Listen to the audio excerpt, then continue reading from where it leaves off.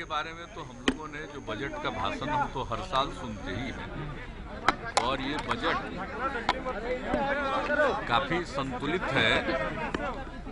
और आप जानते हैं कि जिस तरह से कोरोना का कोविड-19 का जो प्रकोप शुरू हुआ है और उसके चलते कितना काम करना पड़ा है और सब तरह की परिस्थिति आई है, कितनी जगहों पर व्यापार पर असर पड़ा है, इन सब चीज़ों के बावजूद जिस तरह से इन लोगों ने 6 हिस्से में सारी बात रखी है और एक एक बात को पूरी गंभीरता के साथ जो जिस तरह से माननीय मंत्री ने रखा, हम उनको इस बात के लिए बहुत ही धन्यवाद देते हैं, बधाई देते हैं कि हर चीज़ के बारे में बहुत ही स्पष्टता के साथ उन्होंने अपनी बात रखी है।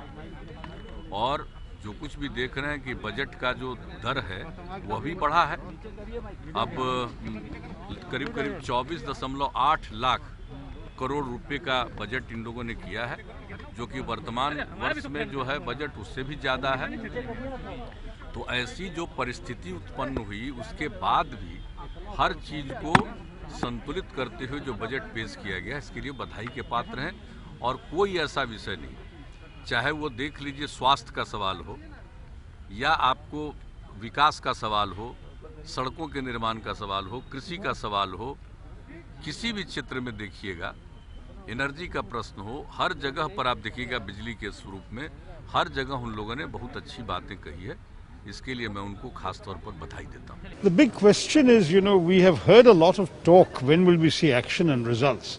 If you look at previous budget years and previous budget speeches, there has been a complete failure to fulfill what has been announced. There is, for example, a very high reliance on disinvestment, but in fact the government has failed to meet its disinvestment targets every year for the last 6 years. Bharat के 135 करोड़ जनता की अपेक्षाओं और आकांक्षाओं को ध्यान में रख करके एक विकासोन्मुख और व्यावहारिक बजट प्रस्तुत करने के लिए मैं आदरणीय प्रधानमंत्री जी का और माननीय वित्त मंत्री जी का हृदय से अभिनंदन करता हूं। बहुत लंबे समय से जो हम लोग सपना देखते थे, वो सपना साकार हुआ है नरेंद्र मोदी जी के नेतृत्व में। Health and wellbeing of individuals, इसको सेंटर स्टेज मिला है। 6 प्रोमिनेंट पिलर्स की बात की वित्त मंत्री ने, उसमें top most pillar health and wellbeing, और जिसके माध्यम से हमारा स्वास्थ्य के क्षेत्र में जो इन्वेस्टमेंट है वो 137% बढ़ा है, जो कि पिछले साल के हमारे बजट एस्टिमेट से 2.37 टाइम्स ज्यादा है। ये बजट नहीं था बल्कि देश का सेल था। देश निर्माण के लिए कोई बजट नहीं बल्कि ये देश बेचने का बजट था। आप लोग सब लोग जानते हैं, पहले रेलवे को बेचा, एयर इंडिया को बेचा, भारत पेट्रोलियम को बेचा गया, तरह तरह की संस्थानों के संपत्तियों को बेचा गया। और ये पूरी तरीके से जितने प्रतिष्ठान हैं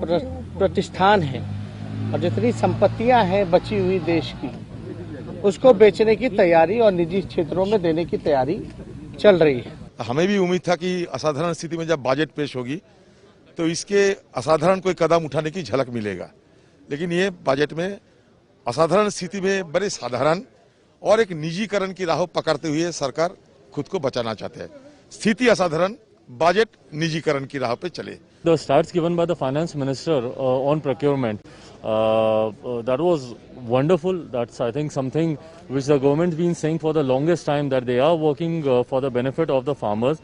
And I think the statistic shows that the government has actually been working for the past 6 years. I think overall it's a very complete budget taking care of every section of the society, especially the senior citizens.